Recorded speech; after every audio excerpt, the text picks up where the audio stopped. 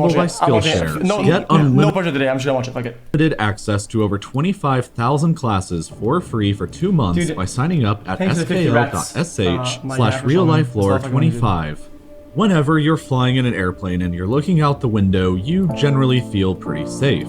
Air travel, after all, is statistically the safest way that you can travel. But what happens during the rare times when it's not safe? And how could you survive if, say, the plane exploded up in the air and you had to fall all the way down to the ground without a parachute? It seems impossible, but surprisingly, people have done it before, and none have fallen from a higher distance than Vesna Vulovic, the woman who survived a fall from 33,000 feet up in the sky. Vulovic was born in Belgrade in what was then Yugoslavia and became a flight attendant for JAT, which was Yugoslavia's national airline. Less than 1 year after she had gotten the job and at the young age of only 22, she was a part of the flight crew on JAT Flight 367 on January 26, 1972. The plane was flying from Stockholm to Belgrade, with 2 stopovers along the way scheduled in Copenhagen and Zagreb. And it was in Copenhagen where the original crew was cycled out with Vulovic's crew. It was a fateful accident because Vulovic wasn't even supposed to be on the flight, but the company had apparently mistaken her with another flight attendant also named Vesna. Regardless, she and her crew boarded the flight anyway, and the plane took off from Copenhagen towards Zagreb.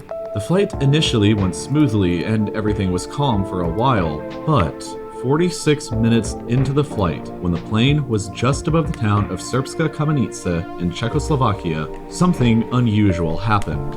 A bomb went off in the plane's luggage compartment. The plane was cruising at an altitude of 33,330 feet when the explosion took place, and as a result, the entire plane broke apart into pieces. There were 28 people on board the plane, counting all passengers and crew members. The cabin immediately became depressurized, and everybody was blown out to fall down to their deaths except for Vulovic. At the height of 33,330 feet, the height that everybody had to fall from was essentially the same as Mount Everest, with Mount Washington in New Hampshire stacked on top. Vulovic, however, had a series of almost miraculous events on her side that saved her life.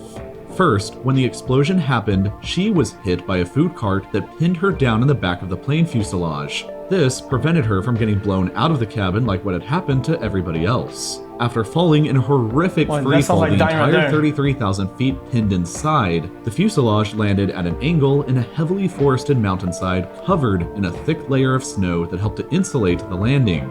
Further, Vulovic suffered from very low blood pressure. This caused her to pass out and lose consciousness the moment the bomb went off and the cabin depressurized. This also prevented her heart from bursting by the force of the crash impact on the mountainside. Vulovic had lied about her heart condition during her interview at JAT out of fear of not getting the job, and had apparently drank a, quote, exorbitant amount of coffee to pass her medical exam. A local Czech villager who lived nearby quickly arrived at the scene of the crash to search for survivors, and discovered Vulovic alive inside the wreckage. She had been screaming and her turquoise uniform was covered in blood. While Vulovic was indeed alive, she had suffered a fractured and hemorrhaged skull. Both of her legs were broken, her pelvis was shattered. She had several broken ribs and 3 broken vertebrae, but still alive.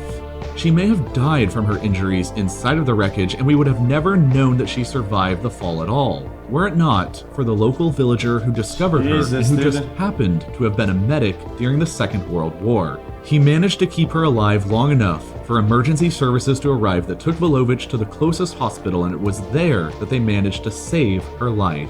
She suffered a coma for a month and had complete amnesia of everything that had happened 1 hour prior to the crash up to the moment that she woke up again. The last thing that she remembered were the passengers getting on board the plane. She woke up to her parents, who had to show her a newspaper article about the crash before she believed what had actually happened to her. The bombing of JAT Flight 367 was likely part of a terror campaign conducted by Croatian nationalists against the Yugoslav government. The very same day of the plane bombing, a train traveling from Vienna to Zagreb was also bombed. Croatian nationalists carried out a total of 128 terror attacks against Yugoslav civilian and military targets between 1962 and 1982.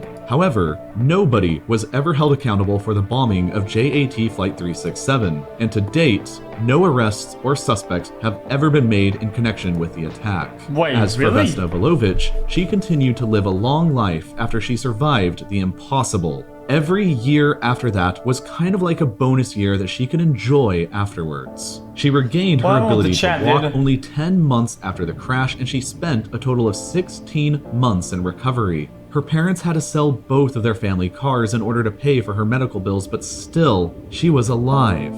Since she had no memory of the fall, she never developed a fear of flying and wanted to continue being a flight attendant. The airline feared the publicity of having her on board another plane though, so they moved her down into a desk job. Vesna Vulović became a kind of celebrity in Yugoslavia afterwards, who was celebrated as a hero across communist Europe and the Soviet Union. She was never able to have children of her own due to complications from her injuries, and she was fired from JAT in the 1990s for taking part in history. Pro-Milosevic tabloids attacked her story by claiming that her plane had actually been shot down by a Czechoslovak missile, and that she had actually only fallen from a slightly lesser altitude. Regardless, her facts won out, and she continued to live her life until 2016, where she passed away in her apartment from her heart complications. She was 66 years old, and she died 44 years after she was supposed to die aboard JAT Flight 367. The Reaper comes for everybody eventually, but sometimes people like Vesna Vulović say no,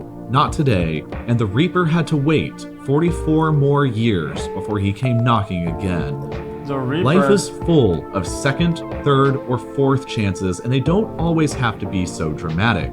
Sometimes you may just want to get another chance with a new job, a new hobby, or a new passion, but those all often require you to learn a new set of skills that you haven't experienced yet. I've been wanting to actually film more videos for this channel lately, so I've been taking a course on Skillshare called DIY Cinematography Make Your Video Look Like a Movie by Ryan Booth. Okay, wrap it up, dude.